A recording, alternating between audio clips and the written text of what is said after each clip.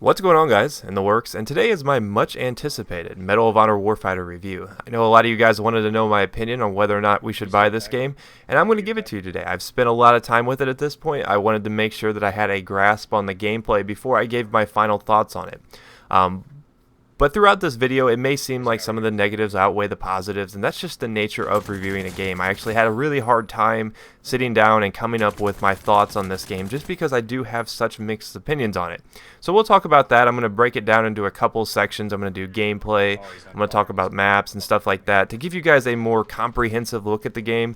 I'm going to point out some flaws, but I'm also going to point out some positives and maybe help you guys decide whether or not this is a good purchase for you guys. Because there is a lot of negativity swirling around about this game. I know a lot of people are disappointed with it, but on the flip side of a coin, a lot of people are happy with it. So let's start with gameplay. Being a first-person shooter, gameplay is undoubtedly an important aspect of a game. If you feel like you're running in mud, it's going to be a miserable experience. You want to feel like you have total control of your character. Now, being on the Frostbite 2.0 engine, Medal of Honor Warfighter was expected to feel and play a lot like Battlefield 3. But if you played in the alpha, like me, or the beta on console, you know that that is not the case. It feels much different. I can't really put my finger on it, but in certain scenarios it feels very smooth. In other aspects, you feel like you don't really have control of your character, especially when you're going prone and standing up and stuff like that. So that was one of the things that it took me a while to adjust to. Once I did kind of get adjusted to the game, though, it didn't seem as obvious and it didn't really bother me that much. So I don't really know if that's a bad thing or not. Now, being a primarily PC player now, I did play it on console, and I would say that for a Frostbite 2.0 engine game, it played pretty smooth on console. I didn't really have a whole lot of problems with it. I mean, I know a lot of people complain about it being clunky, but I think the PC version plays smoother, it feels smoother, but in terms of it being a large gap between PC and console, I don't really see that. Granted, I do give the edge of the PC version, but if you're a console player, I wouldn't worry about it too much. Just because they do feel very similar. I think the gap is much smaller than the gap between Battlefield 3 on PC and console. But gunplay. Now that is the aspect of the gameplay that is probably the most important to most people. Does the gunplay feel solid? Well, I would say the gunplay is mediocre at best. It seems like even though you're aiming at something, you're not hitting them. I mean, even if you have really good aim, it seems like it's meaningless on some weapons because there's like this artificial bloom. The recoil to me feels somewhat artificial and kind of forced. It doesn't seem like it's natural because if you watch it, it kind of moves to strange angles. It just doesn't feel natural to me, and it makes hitting people who are like poking their heads over the walls very difficult, even if you've got very good aim. Now, being a PC player, you have a little bit more control over that, but I still have problems with it. I feel like the spread on the weapons is very large, and that tends to grind on me, and I get kind of annoyed by that. So that's one of the things I don't like about it. I wish the hit detection was a little bit more solid. I wish the gunplay was a little bit more solid, because I mean, with a first-person shooter, that's what you expect to be the most polished, and I really feel like they kind of missed the boat on that, because I think in terms of gunplay, even Medal of Honor 2010 had a little bit better gunplay than this particular edition. Another thing that seems to plague the gameplay aspect are some of the glitches. Now, I give them some leeway on glitches because it's something that you can fix, but there are a lot right now, especially for the PC version. A couple that I've encountered is the ability to not change classes, or the lack of ability, I guess I should say, to change classes. The lack of ability to change optics, even though you've attached them. Sometimes you'll spawn with a weapon that you don't even know you had. A lot of weird things like that. Another thing is with the Black Hawk helicopter, you'll spawn in, and even though it seems like you haven't died, it goes into third person mode, won't let you respawn, and you actually have to kill yourself in order to get out of it. Now that's frustrating. Another glitch that seems to be pretty common is the glitch where you fall to the bottom of the map over and over and over. And that's one that I think they can fix a lot of these and get it polished, but it's something that I expected them to have fixed in the final edition. There's no reason why that should be in your final copy of a game. That's why you beta test games. That's why you alpha tested. And it's something that obviously they overlooked in the gameplay aspect. Now, the one thing though that I'm going to get a little negative about is the menu still. The game feels really unfinished in that aspect. The UI is still really difficult to navigate. The progression of your weapons is very difficult to navigate. Now, I will say this, the weapon selection is top notch in this game, and we'll talk about that later on. But the way you unlock the weapons is very confusing to a lot of people. I know even me, I have a hard time understanding when you unlock certain weapons. It seems like there's like 16 different versions of it, and it gets really frustrating. And the UI, the menu navigation, is very difficult to kind of go in and change the equipment that you want to use, the weapon you want to use, and oftentimes it doesn't even actually work. So that's something that I think that they should have polished more. Like I said, the game feels a little bit unfinished in that aspect. Now, the maps. The maps are an important part of the game. They look awesome in this game. I really do like the maps. I like the variety in the maps. They're really nice to look at. I mean, the detail and stuff like that looks good on the maps. It's actually pretty stunning on some of them. I like the settings and stuff like that. That being said, they do feel a little bit too linear.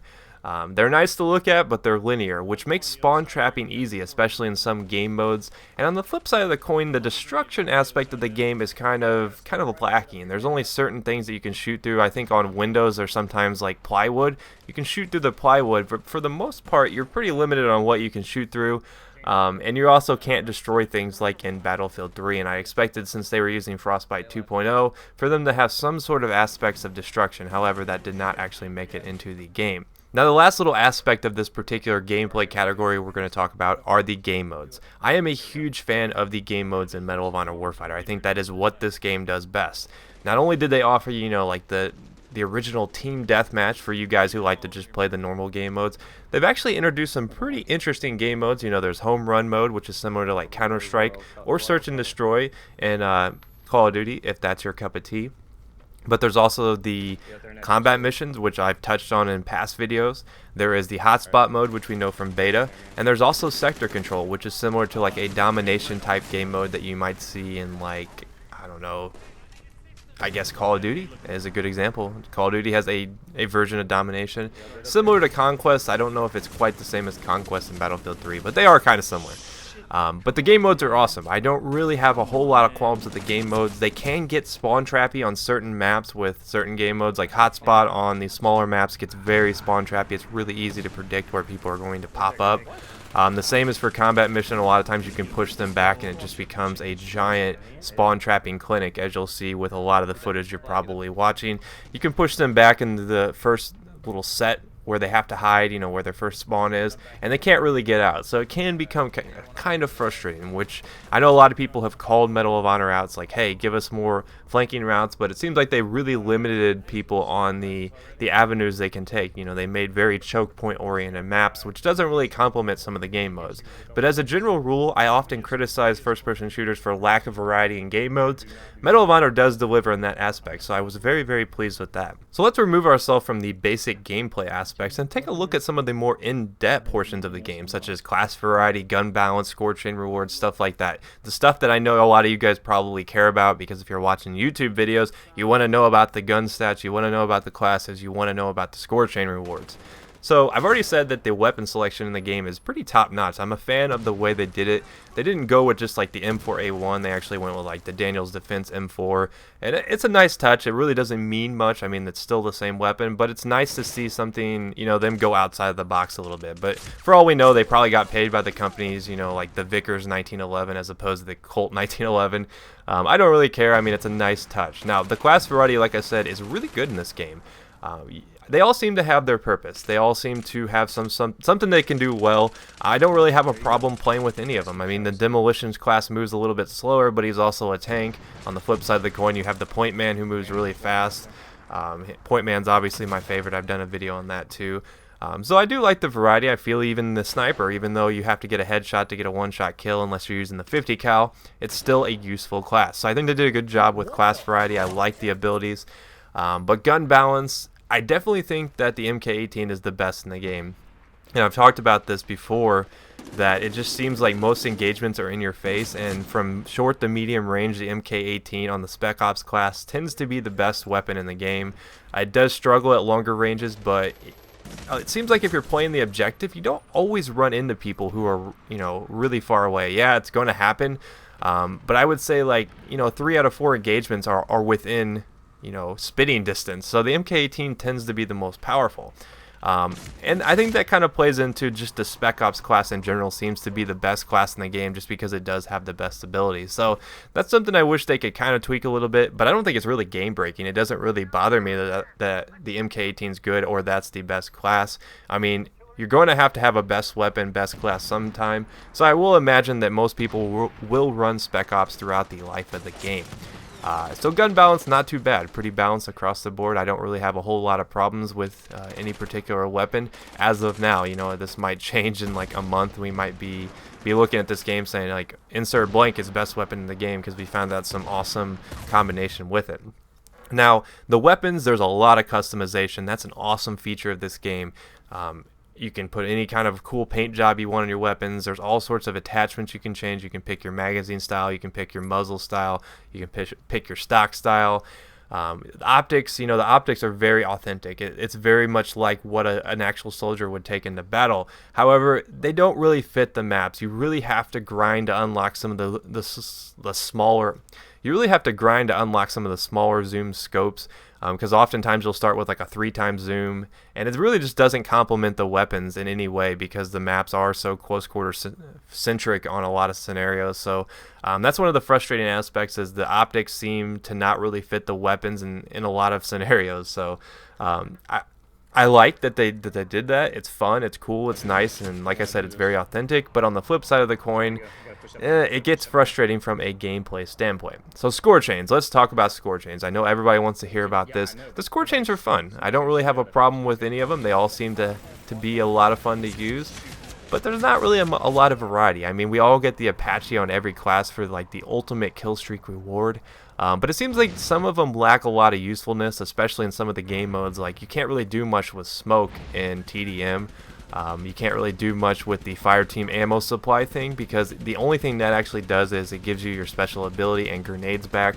So if you've used your grenades or your flashbangs or whatever you have on your class, it'll actually resupply them. And if you're using like the magnum ammo or like the ballistic armor, it'll resupply that. So it's useful in some respects, but I found that you don't really live long enough as a fire team to really make that useful. So I do think some of the score chains are kind of pointless, but I mean, to each their own. You guys might like some more than I like them, so it really just depends. But like I said, you can't really do much with smoke in TDM. And they also can be kind of glitchy. I've already talked about the Blackhawk glitch. That happens a lot to me.